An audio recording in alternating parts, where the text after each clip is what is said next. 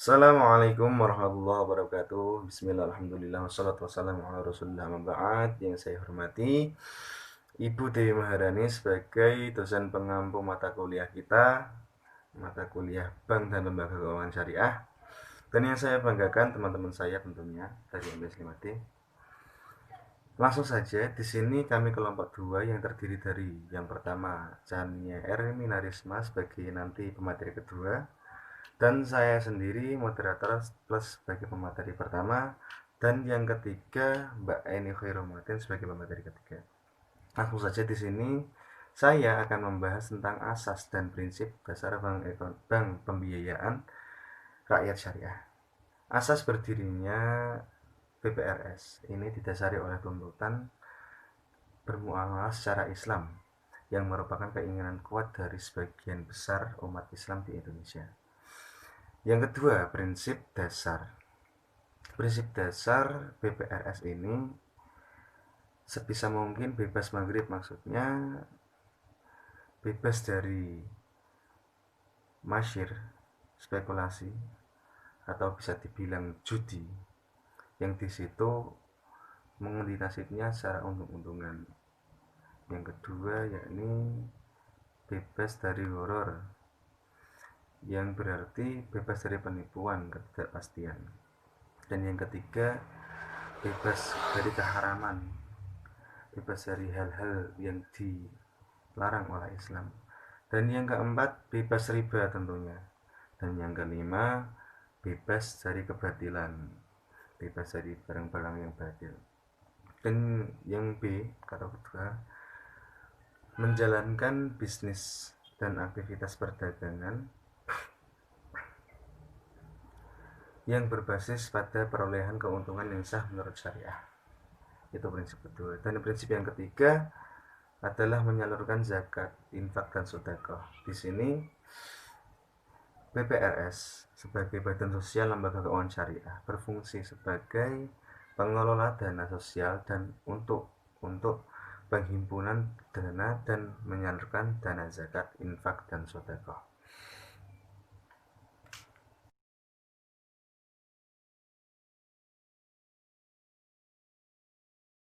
Nah, selanjutnya yaitu ada pendirian dan permodalan Bank Pembiayaan Rakyat Syariah atau BPRS.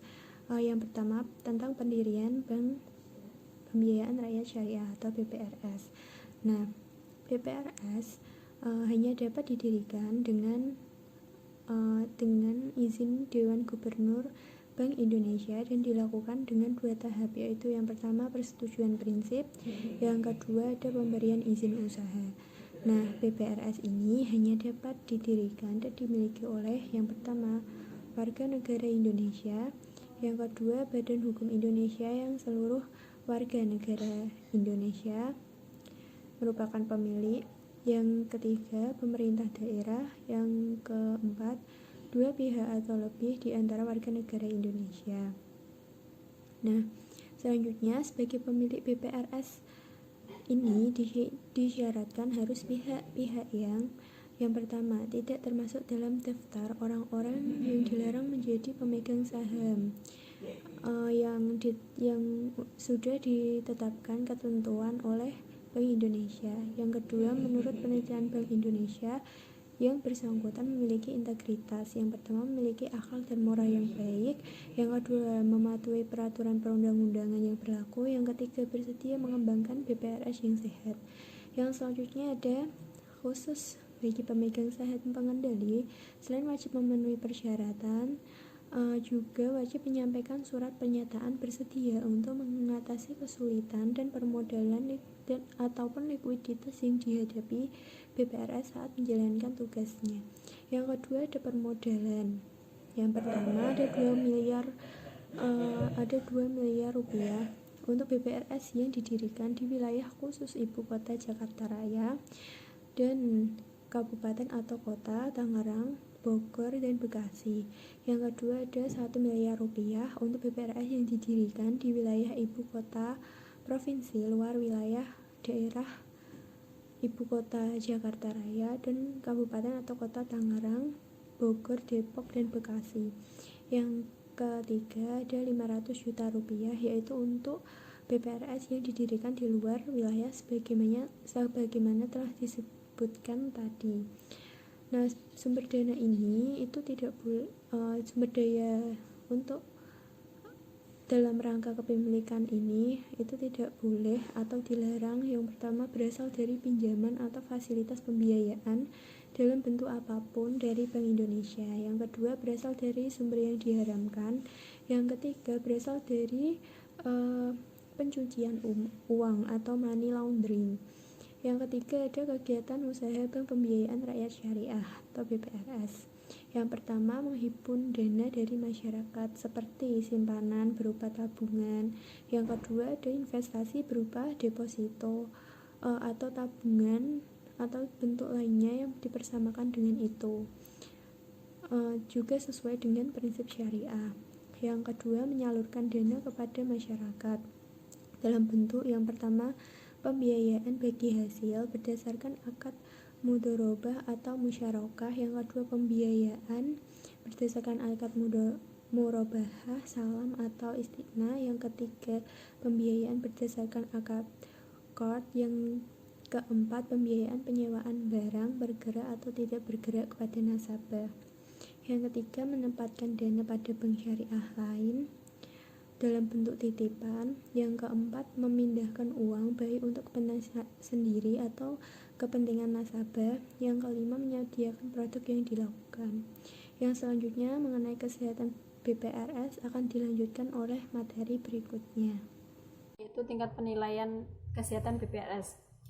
Dalam penilaian tingkat kesehatan Bank Perkreditan Rakyat atau BPR berdasarkan prinsip syariah, selanjutnya disebut BPRS. Bank Indonesia mengeluarkan aturan baru yang mengeluarkan aturan baru nomor tanggal 4 Desember 2007, yaitu Peraturan Bank Indonesia atau PBI nomor 9/17/2007 tentang sistem penilaian tingkat kesehatan bank perkreditan rakyat berdasarkan prinsip syariah yang mengatur tingkat penilaian tingkat kesehatan BPRS. Mencakup penilaian yaitu pertama faktor permodalan atau kapitalis, yang selanjutnya yaitu faktor kualitas aset atau aset quality, yang selanjutnya yaitu faktor manajemen atau manajemen, yang selanjutnya yaitu faktor rentabilitas atau earning, yang selanjutnya yaitu faktor likuiditas atau liquidity. Yang selanjutnya yaitu penilaian terhadap faktor permodalan, kualitas aset, rentabilitas aset, rentabilitas, dan likuiditas yang dilakukan secara kuantitatif. Yang pertama, penilaian terhadap faktor permodalan meliputi penilaian terhadap komponen sebagai berikut, yaitu kecukupan proyeksi dan kemampuan permodalan dalam mengantisipasi risiko. Yang B, penilaian terhadap faktor kualitas aset meliputi penilaian terhadap komponen-komponen kualitas aktiva, kecukupan. Yang selanjutnya yaitu C, penilaian terhadap faktor manajemen meliputi kualitas manajemen umum, penerapan manajemen risiko, kepatuhan BPRS terhadap prinsip syariah. Yang selanjutnya yaitu yang E, penilaian terhadap faktor likuiditas meliputi penilaian sebagai berikut: kemampuan memenuhi kewajiban jangka pendek. Yang selanjutnya kecukupan kebijakan pengelolaan likuiditas. Yang selanjutnya yaitu strategi, yaitu langkah-langkah untuk mensosialisasikan keadaan BPR syariah agar masyarakat lebih tahu BPR itu apa, BPR syariah itu apa, tidak hanya bank konvensional saja. Yang selanjutnya yaitu usaha-usaha untuk meningkatkan kualitas SDM, sumber daya manusianya, agar lebih baik dan lebih berkualitas lagi. Yang selanjutnya yaitu melalui pemetaan potensi dan optimasi ekonomi daerah akan diketahui seberapa besar kemampuan BPR syariah dan lembaga keuangan syariah yang lain dalam mengelola sumber-sumber ekonomi yang ada. Yang selanjutnya yaitu BPR syariah bertanggung jawab terhadap masalah keislaman masyarakat BPR syariah itu berada. Yang selanjutnya yaitu kendala Bank Pembiayaan Rakyat Syariah atau BPRS. Yang pertama yaitu masalah permodalan, karena permodalan itu faktor utama dari UMKM yang ingin memulai atau mengembangkan usahanya tentu memerlukan modal yang sangat besar. Misalnya yaitu masalah SDM, ekonomi Islam khususnya perbankan syariah di Indonesia masih tergolong baru sehingga belum banyaknya sumber daya manusia yang memadai. Seperti itu ya. Misalnya itu kebijakan pemerintah dalam hal ini pemerintah masih berpihak kepada bank konvensional karena bank konvensional itu lebih menguntungkan daripada bank BPR syariah. Misalnya itu bank syariah dalam hal ini belum maksimal perannya dalam mengembangkan UMKM atau masih kurang dalam model yang lebih banyak lagi ya. Seperti itu. Sekian dari saya. Apabila ada pertanyaan nanti bisa disampaikan lewat moderator. Terima kasih.